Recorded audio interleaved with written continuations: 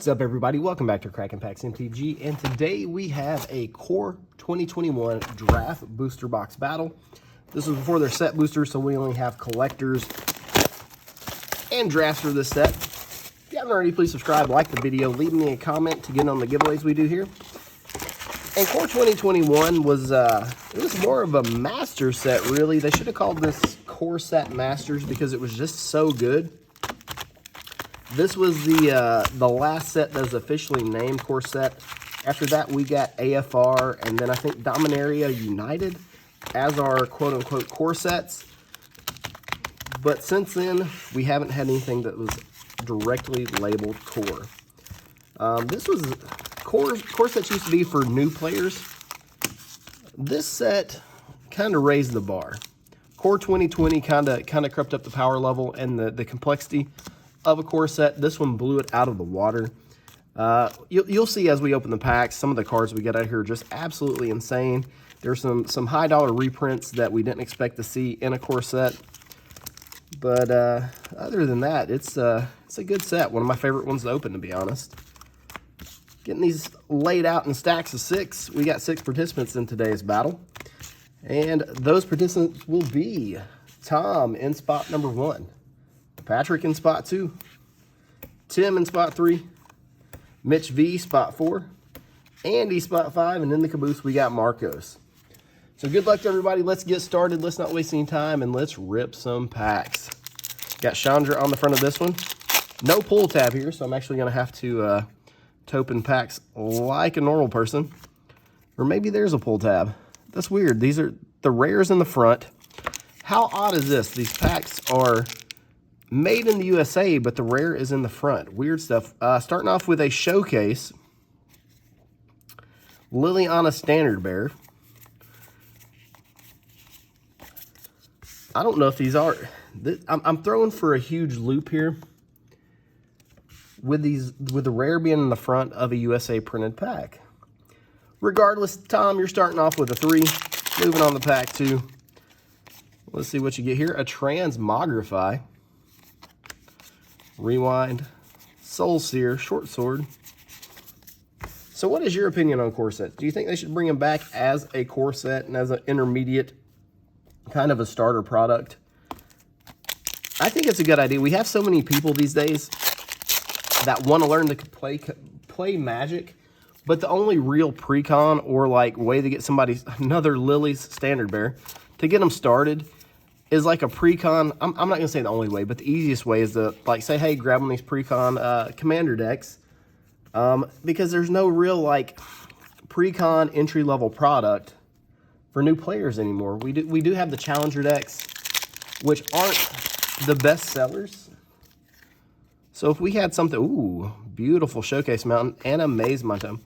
If we had something along the lines of a Core Set and they had some simple 60-card intro decks, I think that would go a long way of introducing some new players to Magic that is not Commander, even though that is the dominant format with Magic Gathering these days. All right, pack 5 here for Tom. A Stormwing Entity, one of the better cards in the set. Sanctum of Calm Waters, Prismite, Frost Breath, and a Lofty Denial. So let's total up Tom thus far. 7, 10, 12, 17 total for Tom. And we're going to move on over to Patrick. Good luck, Patrick. Starting things off here with a Beast Token and a Fabled Passage. Such a good card. Was originally in Throne of Eldraine. It got a couple reprints like immediately after. That's how strong the card was. They felt like it needed to be printed into the ground immediately. Still love the card. Pack number 2. Foil Revitalized and Appear into the Abyss. This artwork will never not give me nightmares. Absolutely hate it. And a Feat of Resistance in the back of that pack. That is 7 CMC to add to Patrick's total. Still, ooh, a Heroic Intervention. Originally a Aether Revolt rare. Probably one of the Dryad. I think that was originally rare in like Plane Shift. Got a little bit of a downshift here in this set. But Heroic Intervention is always welcome around here. Sleeve that up and move on to the next one. This guy looks like a sunburned ham. I don't know what you guys think, but that's what oh man, Temples are in here. How did I forget about Temples? It seemed like every single, or at least like, I'm gonna say 25% of the packs you open from Theros Beyond Death and Core 21 did have a Temple in it. Big disappointment, but the thing about it is, Temples, I feel like they do kind of offset coming into play tapped by letting you scry one and setting up your next draw. So there's, it's the goodest boy. Arf, arf. Pack leader for 2. Gnarled Sage. And a Burn Bright. So let's total up Patrick. 7, 9, 11. Low total thus far. Tim, it's your turn. Hopefully you do well. Looking for some of those big hits, which include Grim Tutor, Mr. T, not Peer into the Abyss again. Double nightmare time for me. Ugin. Ugin is in this, or Eugene, if you're nasty, depending on how you want to say it. So it's such a good set. Arnie, we're only like 10 packs deep and already have some repetitiveness. Speaker of the Heavens. All the people out there playing Angel decks, definitely run that guy. Pretty good for 1 drop. This set really brought Angels to the forefront too. I feel like after this set was released, like, people have always played Angels. But, ooh, Terror of the Peaks, big hit there for Tim. Forgot about that guy. But people have always played Angels, but like not like they did after this set was released. Between this and Kaldheim, it was a new era of Angels. Tim getting the Terror of the Peaks. That card in extended foil out of collector boosters, almost $100 now. Meow, Feline Sovereign. Matches the playmat. We got a cat on the playmat. Now we got a cat card on the playmat. It's going to give Tim 3 more. And moving on to the next Packarooski. Foiled Tormod's Crypt. And Solemnus Malcolm, one of my favorite cards of all time. 4 mana, you get a 2/2 body. Let you search for a basic land. And then when he dies, you get to draw a card. So much value for 4 mana. And let's see what Tim's stack adds up to be. That's 8 plus 5, 13, 16, 20. Tim taking the lead. Mitch is, almost lost my bracelet. Let's just throw that over here while we continue. Right, Mitch, pack number 1 for you is going to be, a foil Vito. Do you guys remember Don Vito from Viva La Bam? Rest in peace, Don Vito. And a Primal Might to go with it. Return to Nature, dub, and a turn to Slag. Mitch with a respectable start, 4 mana, and a foil rare. Vito is a pretty popular card too, so I feel like if that card wasn't printed to death or came in everyone, a foil mythic, Garruk Unleashed, and a 9 lives. If it didn't get printed to death or put in every single one of those Walmart Pound Town bundles you get from MJ Holdings and the super thick acrylic cube, which generally that's the only thing worth anything out of those, it'd still be worth quite a bit of money. But that's a 7 mana pack for Mitch. And we're going to move on to the next one. So far, so good here. Oh my goodness. Borderless Cultivate. And this is a rare in borderless form. Generally, it's just an uncommon. But since it is borderless, it does step the rarity up to rare. See the Truth, Liliana's Devotee, Rousing Reed, and a Destructive Tampering. It's going to give Mitch 3, 4, 5 more. Pack number 4. Mitch has got a very good start here. Nyambi Esteemed Speaker for 2. When the set was released, that was a very popular card. I think people really wanted to try try the Commander with her. Write 2 more down. And pack 5. Temple of Silence. Was hoping for a little bit more, but we got templed. Let's total up Mitch here. We got 9, 13, 18 for Mitch. I thought it was going to be more, but the temple kind of kneecapped us there at the end of there. But Andy's up now. You still got a pack left. Anything can happen. Anything can happen. All right, good luck, Andy. See the truth. Lots of repetition in this box. So weird. Starting off with 2.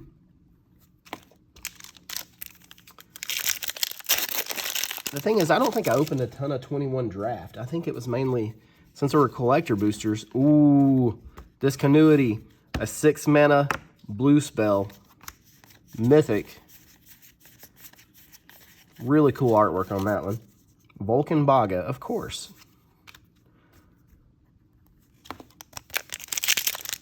Pack 3. So for 3 blue and 3, it's instant. As long as it's your turn, this spell costs 4 less to cast. And then it just ends the turn. Sheesh, Andy with the mythic beef back to back with the Grim Tutor. I think that was originally only in Starter 99 until they printed this, and the card was over $100 for the longest. And if you guys wonder what kind of sleeves I use in the videos, generally it's going to be make sure to get the Japanese KMC Perfect Fits. As far as Perfect Fits go, these are probably, some people may argue the Dragon Shields, but I'm gonna give these the edge over the Dragon Shields. They just seem to the cards slide in these a little better. They seem like just a shade better quality. But it's 3 more for Andy, and Andy's getting all of the mythics. And I'll put the Amazon link in the description for those Perfect Fits if you're looking for them. Brash Taunter, interesting card to build around. We gotta put those Amazon links. If you use those to buy stuff, it buys me a couple tacos during the week, you know.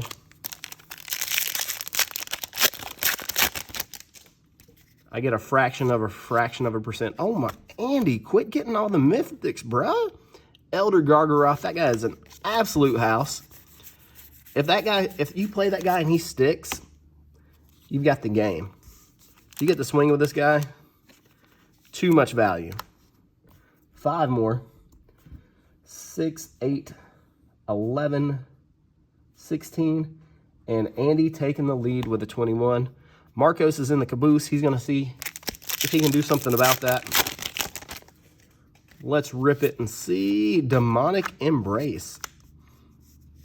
I remember that card vaguely. I think a lot of people were specking on that card, and it just never panned out. Not yet, anyways. Meow. Chandra's Incinerator. This is the card that's in the collector boosters. If you get a 12-pack collector booster of Core 21, you're going to get at least half a dozen of these in different treatments, guaranteed. Look at that guy. Look at him.